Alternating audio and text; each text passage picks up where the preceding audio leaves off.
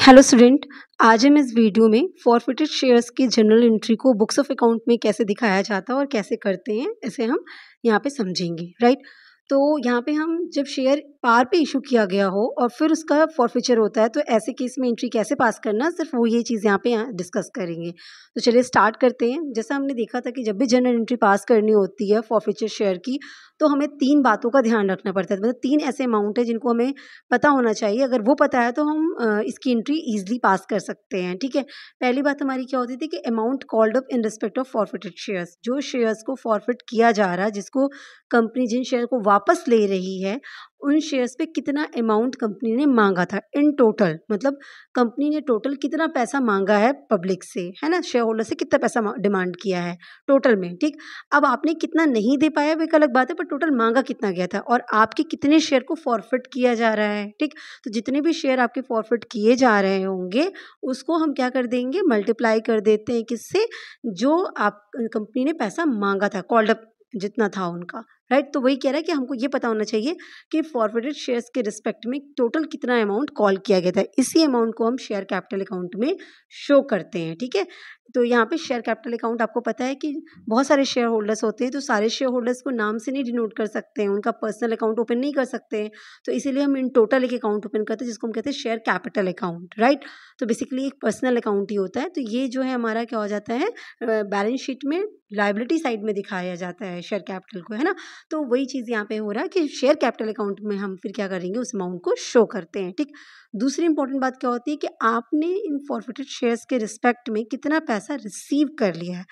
Company ने मांगा इतना था और कंपनी ने कितना पैसा रिसीव कर लिया पब्लिक से, या शेयर होल्डर्स ने कितना पैसा दे दिया अभी तक। तो जो अमाउंट ऑलरेडी रिसीव कर लिया गया है इन फॉरफिटेड शेयर्स के रिस्पेक्ट में, उसको हम दिखा देते हैं शेयर फॉरफिचर अकाउंट के अंदर, ठीक है। तो ये शेयर फॉरफिचर अकाउंट बेसिकली एक कैपिटल रिसिप्ट होती है, ठीक है। क्योंकि मतलब ये पैसा तो कंपनी को रिसीव हो चुका है। क्यों हुआ था? क्योंकि उन्होंने शेयर के एवज में ये पैसा, और शेयर क्या है, हमारी कैपिटल नेचर की है, लॉन्ग टर्म नेचर की है। तो उससे जो पैसा आता है वो कैसा है, लॉन्ग टर्म नेचर का होता है, कैपिटल रिसिप्ट होती है, ठीक। तो शेयर फॉरफिचर जो अकाउंट हम ओपन कर रहे हैं, क्योंकि हम जब्त कर ले रहे हैं, तो ये अकाउंट हम ओपन किस लिए करें कि जो पैसा हमें ऑलरेडी मिल चुका है उस चीज़ को डिनोट करने के लिए। क्योंकि अब ये पैसा तो एज अ शेयर कैपिटल हम दिखा नहीं सकते, क्योंकि ये तो फॉरफिटेड शेयर्स के पैसे हैं। अब ये री इशू होंगे ये शेयर्स, तो बेसिकली ये कैपिटल रिसिप्ट होता है, ठीक है। तो शेयर फॉरफिचर अकाउंट हम ओपन करते हो। और तीसरा हमारा आता है कि जो पैसा रिसीव नहीं हुआ है, मतलब मांगा गया था, आपने इतना पैसा दे दिया, इतना पैसा आपने नहीं दिया, इतना पैसा आपने नहीं दिया, इसी वजह से शेयर को फॉरफिट कर रही है कंपनी, ठीक है। तो जो पैसा कंपनी को रिसीव नहीं हुआ है शेयर होल्डर्स से, उसी पैसे को हम यहाँ पे दिखाते हैं। अब जिस भी रिस्पेक्ट में वो रिसीव नहीं हुआ, मतलब अलॉटमेंट का पैसा था जो शेयर होल्डर ने नहीं दिया, या फर्स्ट कॉल का पैसा था शेयर होल्डर ने नहीं दिया, या फाइनल कॉल का पैसा था शेयर होल्डर ने दिया, मतलब जो भी कॉल या जो भी चीज़ रिसीव नहीं हुई होगी उसके एवज में हम यहाँ पे अकाउंट को करते हैं, मतलब अकाउंट आपका क्रेडिट हो जाता है, ठीक है। तो शेयर्स कॉल्स अकाउंट इंडिविजुअली हम शो करेंगे।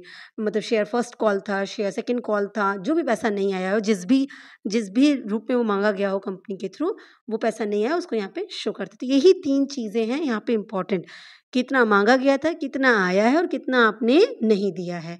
और जितना नहीं दिया उसी के लिए तो आपका क्या हो रहा है, आपके शेयर्स को फॉरफिट किया जा रहा है। Is it clear? तो ये 3 अमाउंट आपको ध्यान में रखने हैं। अब जब भी हम जनरल एंट्री पास करते हैं तो फॉरफिचर के केस में ये चीज़ याद रखिएगा, जितनी भी एंट्री आप नॉर्मली करते हैं, मतलब जब भी शेयर इशू किया गया और जो भी जनरल एंट्री पास हुई हैं, फॉरफिचर के केस में वही एंट्री क्या हो जाएंगी, रिवर्स हो जाएंगी, एक्सेप्ट प्रीमियम का केस। जो प्रीमियम में रहता है वो एंट्री रिवर्स नहीं होगी, उसका अलग हो जाएगा। बट अदरवाइज जो भी अकाउंटिंग में, जो भी आपके बुक्स ऑफ अकाउंट्स में जो भी रिकॉर्डिंग हुई है, जो भी जनरल एंट्री पास हुई है, वही एंट्री जब फॉरफिट होगा शेयर तो रिवर्स हो जाती है। ये सब केस में याद रखिएगा, ठीक है। इनसे प्रीमियम को छोड़ के बाकी सब टाइम में ये एंट्री क्या होने वाली है, रिवर्स होने वाली है, ठीक। ये चीज़ याद रखिएगा। तो जनरल एंट्री कैसे पास होगी वो चीज़ हम देखेंगे।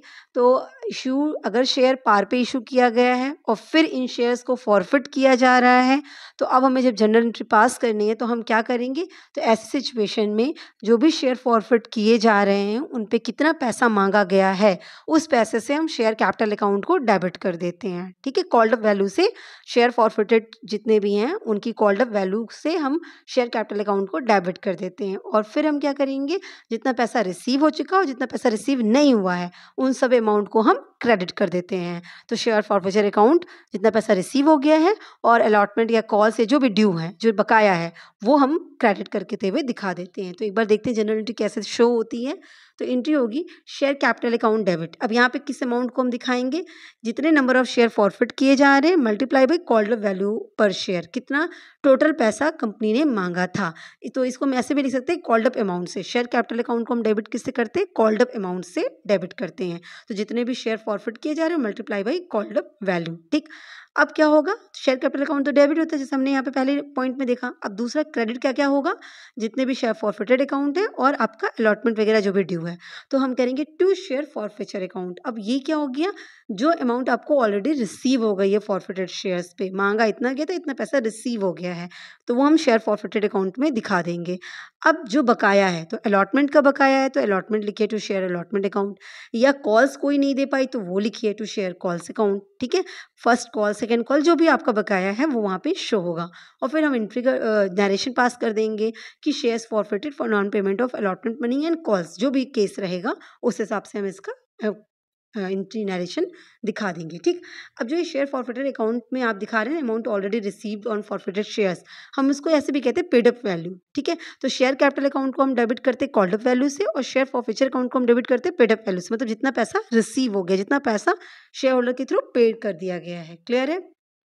अच्छा, अब एक और चीज़ है कि अगर कभी आपका allotment, first call, final call, जो भी कॉल्स थी, अलॉटमेंट से ही पैसा आना बंद हो गया, सारे कॉल्स वगैरह सब इनिशियली लेवल से सब कुछ नहीं आ रहा है, सब ड्यू है, तो उस केस में calls in arrears account open कर दिया जाता है। अगर calls in arrears account open किया गया है तो ऐसे सिचुएशन में हम अलॉटमेंट अकाउंट अलग से या फर्स्ट कॉल का अलग से या सेकेंड कॉल का अलग से क्रेडिट नहीं करते, फिर ये सब अकाउंट नहीं दिखता है, सिर्फ एक ही अकाउंट दिखेगा कॉल्स इन एरियर्स का। ठीक, तो एक एंट्री दिखा देते हैं इस केस में एंट्री कैसे पास होगी। तो इस केस में हम करेंगे शेयर कैपिटल अकाउंट डेबिट, जितना कॉल्ड अप वैल्यू है उससे, share forfeiture account debit paid up value से हो जाएगा जितना अमाउंट रिसीव हुआ है। एंड नेक्स्ट, अब अलॉटमेंट या कॉल्स का नहीं दिखाएंगे अलग अलग, सीधे दिखाएंगे टू कॉल्स इन एरियर्स, इतना बकाया है। ठीक है, amount due but not paid. ठीक, फिर एंट्री हमारी नॉर्मली एंट्री जो होनी है वो एंट्री पास हो जाती है। ठीक, अब हम क्या करते हैं, एक न्यूमेरिकल ले लेते हैं। ठीक, तो जो न्यूमेरिकल ले रहे हैं, क्वेश्चन क्या है हमारा, ए लिमिटेड, यहाँ पे हम सिर्फ फॉरफिचर की एंट्री पास कर रहे हैं, बाकी रिमेनिंग इशू हुआ तो कैसे कैसे एंट्री हुई वो सब नहीं देखेंगे, सिर्फ फॉरफिचर की एंट्री कैसे होगी। और जब भी फॉरफिचर की एंट्री पास करनी है रिवर्स एंट्री करनी है, ये याद रखिएगा। हमेशा आप शेयर कैपिटल को क्रेडिट करते हैं ना, क्योंकि ये लाइबिलिटीज़ है, हमेशा ये क्रेडिट होती है, अभी ये क्या होने वाली है, डेबिट हो जाएगी, ये याद रखिएगा। ठीक, तो क्वेश्चन क्या है कि A limited forfeited 30,000 equity shares of ₹10 fully called up. ठीक है, याद रखिएगा कंपनी का नाम क्या हो गया, ए लिमिटेड। कितने शेयर फॉरफिट कर रही है कंपनी, 30,000 इक्विटी शेयर्स को। एक शेयर की प्राइस कितनी थी, ₹10, और फुल्ली कॉल्ड अप मतलब कि 10 रुपये के शेयर्स थे और 10 रुपये पूरे के पूरे मांग लिए गए हैं। क्लियर है, हेल्ड बाय मिस्टर एक्स, और ये शेयर होल्ड किसने किया था, मिस्टर एक्स। तो मिस्टर एक्स के 30,000 शेयर्स कंपनी ए फॉरफिट कर रही है for non payment of final call at ₹4 each. 4 रुपये का फाइनल कॉल था जो उन्होंने नहीं दिया। और आपको याद होगा हमने लास्ट वीडियो जहाँ इसका कॉन्सेप्ट हमने देखा था, वहाँ पे हमने ये बताया था कि अगर आपने पेमेंट नहीं किया, जो भी ड्यू था आपने पेमेंट नहीं किया, तो जितना आपने ऑलरेडी पे किया वो सब के सब रख लिए जाते हैं कंपनी के थ्रू, रिफंड नहीं किए जाते हैं। ठीक है, तो फाइनल कॉल जो कि 4 रुपये की थी वो एक्स ने पेमेंट नहीं की। However he paid application money of ₹2 पर share and allotment money of ₹4 पर शेयर। तो 4 रुपये के अलॉटमेंट और 2 रुपये के एप्लीकेशन, मतलब ₹6 पे कर दी गई है। ठीक, कितना नहीं पे किया गया, 4, तो 6 + 4 10 रुपये के शेयर्स थे और 10 रुपये पूरा मांगा गया था। तो 4 का पेमेंट नहीं आया, 6 का पेमेंट आ गया है, एप्लीकेशन अलॉटमेंट करके आपका 6 का पेमेंट आ गया। These shares were originally issued at par, तो 10 के शेयर थे, 10 ही पे इशू हुए, इसीलिए तो कहा जा रहा है कि फुल्ली आपका इशूड एट पार है ना। और कॉल्ड वैल्यू और जो आपका नॉमिनल वैल्यू या फेस ऑफ वैल्यू है दोनों की सेम है, मतलब इशूड वैल्यू भी सेम है, कॉल्ड वैल्यू भी सेम है और आपकी फेस वैल्यू भी सेम है, सब कुछ सेम है। तो give general entry for the forfeiture. ठीक है, तो अब आपको पता है कि आप डेट पर्टिकुलर ऐसे अमाउंट का करेंगे। तो अब आपको पहला क्या होगा, सबसे पहले आपको क्या करना है, कितना पैसा मांगा गया था। ठीक है, पहले आपको वो अमाउंट से डेबिट करना है। किसको डेबिट करेंगे? शेयर कैपिटल को, क्योंकि शेयर होल्डर्स को इंडिविजुअली तो दिखाया नहीं जाता, तो शेयर कैपिटल से हम डेबिट करेंगे। पहले इनसे पैसा आ रहा था तो हम इनको क्रेडिट करते थे, अभी हम इनको क्या करेंगे? इनको पैसा हम डेबिट करेंगे, इनको हम डेबिट करने वाले हैं कि अब ये हमारी बुक से हटेंगे। जो पहले क्रेडिट थे अब उनको जब डेबिट कर देंगे तब वो हमारी बुक से हट जाएंगे। तो इसीलिए हम यहाँ पे क्या करेंगे? Equity share capital account debit करेंगे। कितने से करेंगे? 30,000 के शेयर फॉरफिट किए जा रहे हैं और 10 रुपये पूरे के पूरे मांगे गए थे, तो 30,000 multiply by 10 is equal to 3 lakh. तो equity share capital account debit कितने से? 3 लाख रुपीज से हो गए। ठीक, अब नेक्स्ट बताइए, नेक्स्ट क्या होगा हमारा? अब इनका क्या पैसा रिसीव नहीं हुआ है ये देख लेते हैं पहले। रिसीव क्या नहीं हुआ है इनका? फाइनल कॉल रिसीव नहीं हुआ है, तो हमको जो पैसा जो रिसीव नहीं हुआ वही मेंशन करना है। तो equity share final call account, तो फाइनल कॉल इनकी रिसीव नहीं हुई। कितने की? 30,000 के शेयर्स पे 4 रुपये रिसीव नहीं हुए, मतलब 1,20,000 रिसीव नहीं हुआ कंपनी को। ठीक, तो कितना रिसीव हो गया था? अब हम इसको किस में दिखाएंगे? शेयर फॉरफिचर अकाउंट में, है ना। तो शेयर फॉरफिचर अकाउंट में कितना पैसा रिसीव हो गया है? दो अलॉटमेंट एप्लीकेशन के और 4 अलॉटमेंट के, मतलब 6 रुपीज़ रिसीव हो गए हैं। तो 30,000 मल्टीप्लाई बाई 6 कर देंगे तो हमारा पैसा आया हुआ पैसा निकल आएगा।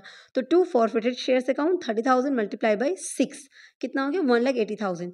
3 लाख रुपया मिस्टर एक्स से मिलना चाहिए था, ठीक है, जिसमें से 1,80,000 मिल चुका है और 1,20,000 नहीं मिला है, बकाया है। ठीक है, यही हमारी एंट्री हो गई। तो अब हम इनका नरेशन पास कर देंगे। Being the forfeiture of 30,000 equity share of ₹10 each fully called up for non payment of final call money at ₹4 each as per board resolution. अब बोर्ड रेजोल्यूशन मतलब कि जब भी फॉरफिचर होता है तो बोर्ड से पास होना चाहिए वो चीज़ ना, तो बोर्ड रेजोल्यूशन जो भी नंबर होगा वो चीज़ यहाँ पे इस डेट को होगा वो वहाँ पे मेंशन करते हैं। तो एग्जैक्ट नरेशन जो बुक्स ऑफ अकाउंट में आपको कंपनीज के मिलेगा वो ऐसे ही मिलेगा। ठीक है, तो ये चीज़ क्लियर हो गया। ऐसे एक और क्वेश्चन ले लेते हैं जहाँ पे हमें कॉल इन एरियर्स का अकाउंट ओपन करना पड़े। ठीक है, तो है x limited forfeited 20,000 equity share of ₹10 each, ₹8 called up for non payment of first call money at ₹2 each. Clear है, तो एक्स लिमिटेड ने क्या किया? 20,000 इक्विटी शेयर फॉरफिट कर रही है। कौन? X limited. ठीक है, 10 रुपये के एक शेयर थे और 8 रुपये मांगा गया है। कॉल्ड अप वैल्यू कितनी है? 8 रुपीज़ है। ठीक है, अब बताया क्या जा रहा है कि फर्स्ट कॉल 2 रुपये की थी वो इन्होंने पे नहीं की है। ठीक, तो पेमेंट कितने का कर दिया है? एप्लीकेशन मनी का 2 रुपये उन्होंने पे कर दिया है, अलॉटमेंट मनी के 4 रुपये वो पे कर दिए हैं। मतलब कंपनी को 4 + 2 6 रुपीज़ रिसीव हो गई है एप्लीकेशन अलॉटमेंट की, और 6 रुपीज़ ये रिसीव हो गई, और 2 रुपीज़ का जो फर्स्ट कॉल था, मतलब 80 रुपये तो कॉल किया गया था, 2 रुपीज़ का जो फर्स्ट कॉल था वो रिसीव नहीं हुआ है। अब आपको फॉरफिचर की एंट्री पास करनी है, ये कहते हुए समझते हुए कि जो भी आपका ड्यू है वो कॉल्स इन एरियर अकाउंट में जाएगा। ठीक है, तो आपको calls in arrear account open करना होगा। अब आप ये नहीं लिखेंगे कि टू फर्स्ट कॉल करके, है ना, इक्विटी शेयर फर्स्ट कॉल, ये आप ड्यू नहीं करेंगे। आपको क्या ड्यू करना पड़ेगा? Calls in arrears account open करके उसमें ड्यू करना पड़ेगा। ठीक, तो एंट्री वाइज सेम। सबसे पहले हम क्या करेंगे? इक्विटी शेयर कैपिटल अकाउंट को डेबिट करेंगे जितने से कॉल्ड अप किया गया था। ठीक, तो equity share capital account debit, कितना फॉरफिट किया जा रहा है? 20,000 शेयर्स। कितने रुपए के थे? 8 रुपये कॉल किए गए थे, मतलब तो टोटल 1,60,000 का आप क्या कर रहे हो? डेबिट कर रहे हो। अब इतने से हमको डेबिट कर देना है। ठीक, इनको हटाना है। अब calls in arrears account open करेंगे। बकाया कितना है? 2 रुपये का बकाया है। तो अब हम यहाँ पे ये नहीं लिख रहे कि इक्विटी शेयर्स फर्स्ट कॉल, है ना, ये क्या लिख रहे हैं? टू कॉल्स इन एरियर्स, क्योंकि कॉल्स इन एरियर्स का अकाउंट ओपन करना है ऐसा बोला गया। तो याद रखिएगा वो कंपनी पर डिपेंड करता है, कंपनी चाहे तो calls in arrears account open कर सकती है।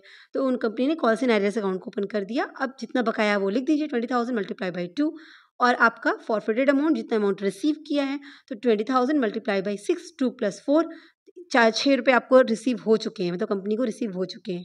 तो जो पैसा आ चुका है उसको फॉरफिटेड अकाउंट में हम दिखाते हैं। तो to forfeited shares account 20,000 multiply by 6, 1,20,000। तो 160 में से 120 रिसीव हो गया, 40,000 रिसीव नहीं हुआ है। क्लियर है, और आपका नरेशन पास हो जाएगा। नरेशन पास हो जाएगा। Being the forfeiture of 20,000 equity shares of ₹10 each, ₹8 called up for non payment of first call money at ₹2 each as per board resolution number and date. Clear है, तो इस तरीके से हम क्या करते हैं? हम आपकी जनरल एंट्रीज को फॉरफिटेड का पास करते हैं। ये नॉर्मल एंट्रीज हैं जब शेयर्स पार पे इशू किए गए, जितने जितने के शेयर थे उतने पे ही इशू भी हो जा रहे हैं, मतलब सेम प्राइस पे इशू हो रहे हैं। कॉल्ड अप वैल्यू क्या है? वो नहीं, इशूड प्राइस और फेस वैल्यू दोनों सेम थी, तो इसे कहते हैं इशूड एट पार। तो ऐसे सिचुएशन में अगर फॉरफिट होता है तो हम इस तरह से काउंटिंग करते हैं उसकी। क्लियर है, सो आई होप क्लियर होगा। Wish you all the best. Thank you so much.